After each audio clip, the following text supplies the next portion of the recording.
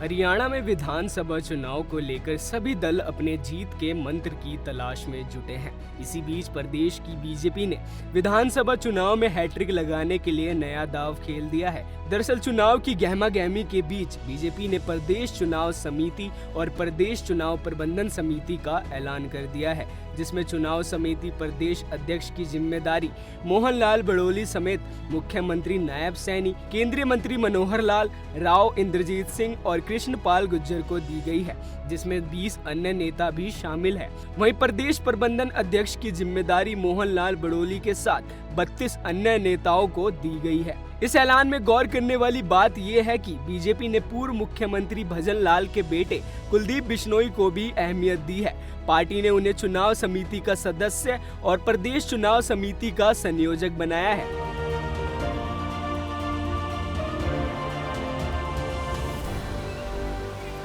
जिसको लेकर बताया जा रहा है कि लोकसभा चुनाव में हिसार से टिकट नहीं मिलने से बिश्नोई नाराज चल रहे थे, जिसको देखते हुए बीजेपी ने उन्हें विधानसभा चुनाव की रणनीति तैयार करने की जिम्मेदारी सौंपी है।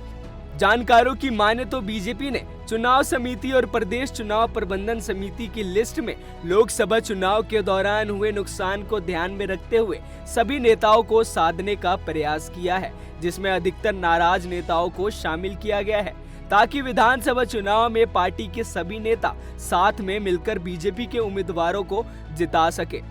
हालांकि इस लिस्ट में हरियाणा के पूर्व गृह मंत्री और बीजेपी के सीनियर लीडर अनिल विज को शामिल नहीं किया गया है, जिसको लेकर राजनीतिक गलियारों में चर्चा चल रही है कि अनिल विज और बीजेपी हाई कमान के बीच संबंध अच्छे नहीं चल रहे, जिसके चलते अनिल विज को किनारा किया गया है।